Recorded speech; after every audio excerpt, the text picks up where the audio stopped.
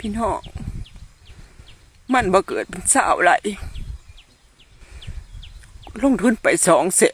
200,000มันสิได้กลับขึ้นมาอีกพอพี่น้องนี่คือน้ำตาของชาวเกษตรกรที่สูญเสียเงินไปกับการปลูกมันหรือทำการเกษตรพี่น้องเอ้ยปีนี้พี่น้องเอ้ยผู้ใดกระทำใจเนาะเฮ็ดหยังไปกะเสียเงินเสียทองไปเสียลำพันธุ์เสียแนวพันธุ์ต่างๆนานาคนที่เฮ็ดปลูกฝังปีนี้นะพี่น้องมันบ่ออกยอดมันบ่ต่อยอดหยังได้เลยเนาะพี่น้องเนาะคือปลูกมันก็ได้นี่เดี๋ยวพี่น้องไปฟังความรู้สึกของชาวเกษตรกรคนนี้ที่เพิ่นอยู่ประเทศไทยว่าเพิ่นมีความรู้สึกแนวใดแน่เพิ่นคือเสียน้ำตาเพิ่นคือร้องคือไห้คักแท้เนาะพี่น้องเนาะเฮาเป็นคนลาวเฮายังเห็นใจเพิ่นเพราะว่าเฮาหัวอกเดียวกันพี่น้องเอ้ยที่เฮ็ดเกษตรกรคือกันเนาะพี่น้องเนาะที่ปลูกฝังเลี้ยงสัตว์ต่างๆนานาคือกันเบิดเนาะพี่น้องเนาะว่าบ่ว่าชาวไทยชาวลาวเฮาเนาะพี่น้องเนาะพี่น้องมันบ่เกิดเป็นสาวไรลงทุนไป200,000มันสิได้กลับขึ้นมาอีกพอพี่น้อง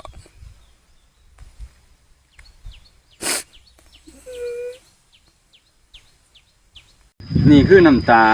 ของชาวเกษตรกรปลูกมันปีนี้พี่น้องเลยเข้าใจกันดีพี่น้องปีนี้คนน่ะปลูกมันสำปะหลังนะพี่น้องเนาะบางคนน่ะลงทุนไปหลายบางคนเช่าที่เช่าทางหมู่ทำมาหากินเนาะเพื่อจะปลูกมันนี่แหละพี่น้องว่าต่อยอดปีหน้าพี่ฮื้อนะพี่น้องว่ามันสิเป็นเงินเป็นค่ำแต่ว่าตกมาปีนี้นะบ่เป็นเงินเป็นค่ำเลยคือบ่าวกองนี่ปลูกมา3เทื่อแล้วพี่น้องเลยปลูกมา3เทื่อก็คือเบิ่งนี่แหละพี่น้องออกแน่บ่ออกแน่มันคือแบบโอ้ลำบากใจแห้งพี่น้องครับการลงทุนปีนี้ที่จะปลูกมันนะบ่แม่นว่าสิได้เงินอย่างเดียวเนาะ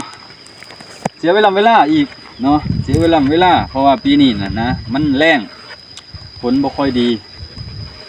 คือเนี่ยปลูกแถวนี้ก็ตายเบิดเนี่ยพี่น้องเลยข้างๆนี่ตายเบิดตายเบิดบ่มีตัวรอดดอกคันรอดแน่ก็บ่ค่อยสมบูรณ์พี่น้องเลยบ่ค่อยสมบูรณ์การเฮ็ดให้เฮ็ดสวนปีนี้ลำบากบ่แม่นแต่คนลาวเฮาเนาะนับแต่คนไทยที่บ่กองเอาขึ้นให้พี่น้องเบิ่งเพิ่นก็จนหูน้ำตาไหลลงทุนไป200,000 บาทเนาะ20กว่าไร่พี่น้องเอ้ยเสียไปถิ่มไปซื่อๆมันเอาขึ้นบ่ได้บ่แม่นหยังมันเอาขึ้นบ่ได้เพราะว่าเฮาก็โอ้ยพี่น้องเอ้ยเฮาหัวอกเดียวกันน่ะเข้าใจกันดีเรื่องราวเรื่องนี้นะเพราะว่านี่บ่กองก็ลงไปนี่7 ล้านนี่7 ล้านบ่ออกนอกแนวเลยนี่บ่ฮู้ว่าปีหน้าสิได้ส่ำใดหั่นนะ7 ล้านก็10,000 กว่าบาทเด้พี่น้องถ้าว่าเป็นเงินบาทเนาะ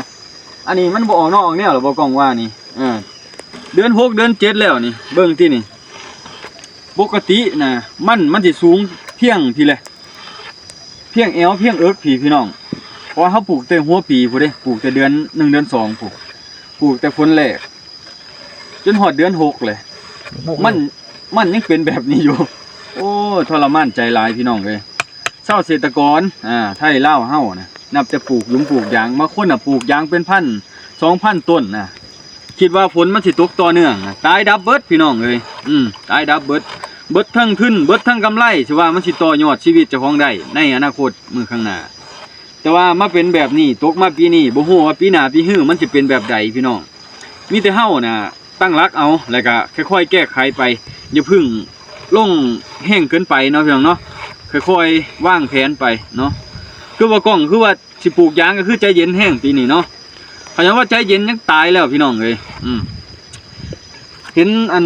น้ำตาของชาวเกษตรกรเนาะมันก็เมื่อยใจท้อคือกันพี่น้องคนลาวเฮาคนไทยเฮาก็ได้เพราะว่าเฮาก็อยู่ในกลุ่มที่เป็นชาวเกษตรกรไทยลาวเฮาก็เบิ่งปรึกษากันอันใดข้อมูลลึกๆที่เฮาบ่ฮู้เฮาก็ไปถามพ่อแม่พี่น้องทางฝั่งไทยที่เขาเจ้าพากันปลูกฝังก่อนเนาะพี่น้องเนาะเพราะว่ามันสำปะหลังเฮาก็เห็นทางไทยเพิ่นพัฒนาสายพันธุ์ใดแน่เนาะเฮาก็ได้มานำใช้อยู่ในบ้านในเมืองเฮาแต่ว่ามันตกกับสภาพดินสภาพอากาศบ้านเมืองเฮามันบ่เข้ากันนะพี่น้องเบิ่งเลยนี่สิเอาปุ๋ยสิเอาหยังมาใส่ก็ตามสร้างถ้าว่าฝนบ่ตกฟ้าบ่ร้องและน้ำมันบ่หงตามขั้นตามคู่นี่พี่น้องมันจะบ่เป็นหมากเป็นหน่วยบ่เป็นหัวแล้วเพราะว่ามันก็ได้เนาะพี่น้องเนาะเฮ็ดหยังคือกันปีนี้นะ อันนั้นว่าเฮ็ดหน้าบ่ฮู้ว่าสิได้กินบ่นี่ปกติเดือนนี้นะพี่น้องเนาะเดือน6เดือน7นี่ฝนตกนำคือแต่ละปีน่ะเฮาสิได้ดำไม้ดำนาแล้วเนาะแต่ว่าปีนี้น่ะให้หน้าบ่มีน้ำพอเม็ดพี่น้องเอ้ยคือว่าอุกอ่างแห้งในปีนี้เนาะนี่แหละพี่น้องเลยจังไว้เบิ่งน้ำหูน้ำตาของความรู้สึกของอันชาวเกษตรกรนํกันเดี๋ยวบ่กล้องสิพาเบิ่งภาพเด้อพี่น้องเด้อไปเบิ่งนํกันพี่น้องเห็นบ่นี่แต่ก่อนผมปลูกมันสับปะหลังใส่เนาะพี่น้องเนาะตามแล้วยางขุดไป2แถวพี่น้องขุดปลูกเลยเนาะแต่ว่าฝนน่ะมันบ่ทันตกใส่เลยพี่น้องเอ้ยมันบ่ทันตกใส่เลยก็เลยเอาคาหัวซิงไข่เอาพวกหมักพริกหมักไผ่มาปลูกใส่นะพี่น้องเนาะเพื่อพอได้กินเพราะว่าสิเอาทั้งมันคงสิบ่ได้เด้อพี่น้องมันบ่ทันแตกหน่อแตกแนวซ้ำนี่อันนี้ปลูกไว้ตั้ง2 เดือนกว่าเลยกำลังซ้ำนี่เนาะอันนี้ก็ปลูกตั้งแต่3 เดือนก่อนเนาะพี่น้องเนาะ3 เดือนก่อนตายแน่แซมมาแน่กำลังปรุงออกหน่อออกแนวพี่น้องปีนี้ชาวเกษตรกรไทยลาวเฮานี่เมื่อยหัวอกหัวใจแห้งน้ำหูน้ำตาไหลบางคนก็ขาดทุนบ่มีกำไรซื้อลำพันธ์เซาทีเซาทางเขาเซาปุ๋ยเส้นปุ๋ยเส้นเขามายุกล่องโอ้ยสารพัดพี่น้องจะมันร่วมมาปีนี้คิดว่ามันสิได้นอได้แนวคิดว่ามันสิได้เงินได้ข้ามปีหน้าปีฮื้อแต่บ่แม่นกับความที่เฮาคิดนะพี่น้องเอ้ยมันบ่เป็นตามที่เฮาวางแผนไว้เลยเนาะคือข่อยปลูกนี่เห็นบ่พี่น้องถอนออกเบิดนี่ถอนออกเบิดมันแดดมาปีนี้มันแดดคักแดดแน่พี่น้องเห็นบ่นี่ปลูกไปนี่ก็ตายนี่ตายคักตายแน่จักสิได้ติดจักเปอร์เซ็นต์นี่พี่น้องคือเดือน6เดือน7เลยแดดยังหัดจ้าอยู่เนาะ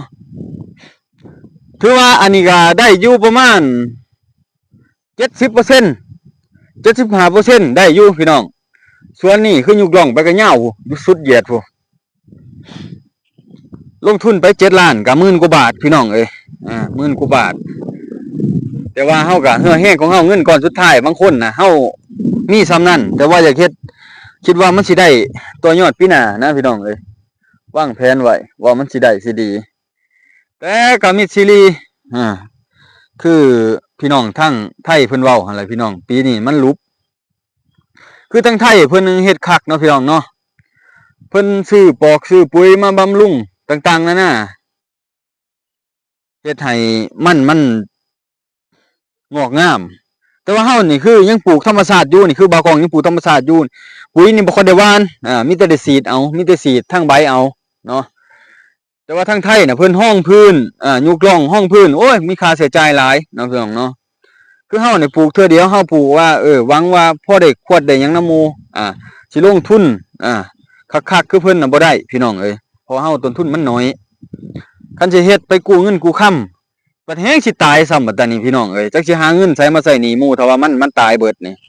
ถ้ามันบ่ออกหน่อออกแนวมันบ่งอกบ่งามพี่น้องคือนั่นนี่แหละนี่บ่กองปลูกนะปลูกเบิดแต่มันน่ะแถวนั้นน่ะแต่ว่ามันบ่ออกให้นะพี่น้องปกติน่ะของหมู่น่ะโอ้ยจะมันงามมาเบิ่งของเจ้าของน่ะมาขี้ร้ายคักขี้ร้ายแท้แท้เห็นบ่พี่น้องนี่บ่กองปลูกได้นี่เห็นบ่อันนี้นี่เห็นบ่นี่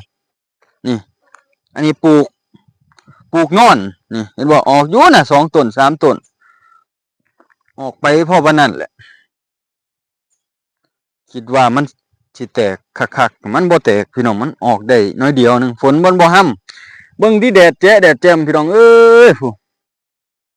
ปานน่ะเดือน6เดือน7บ่ให้จมก็จักสิว่าจังได๋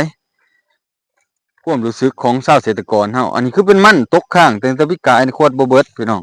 เฮาบ่ได้ยุกล่องเพราะว่าเฮาปลูกยางนะพี่น้องเฮาปลูกยางก็ค่อยเฮ็ดไปปลูกยางกับปีนี้คนที่ลงก่อนน่ะก็ตายเบิดพี่น้องเอ้ยสิลง 2-3,000 ต้นก็ตายเบิด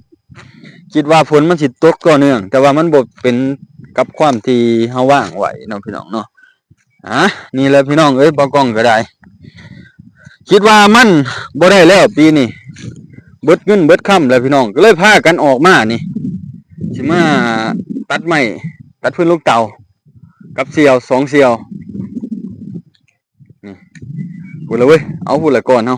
ไล่ตัดบั่นสันพอได้แบกมันบ่เมื่อยเฮาพี่น้องเอ้ยสิเฮ็ดเอาเลยทีมงานเฮาก็ได้เฮ็ดไปพี่น้องฝากให้กำลังใจหน่อยเด้อพี่น้องเอ้ยมานำกัน3เสี่ยวมื้อนี้ก็ได้หมอนั่นก็ไปหาอันเก็บกระแลบที่เฮาใส่วางไว้เนาะพี่น้องเนาะพี่น้องเอ้ยฝากติดตามให้กำลังใจเดี๋ยวมื้อนี้สิพาพี่น้องลงเตาเนาะ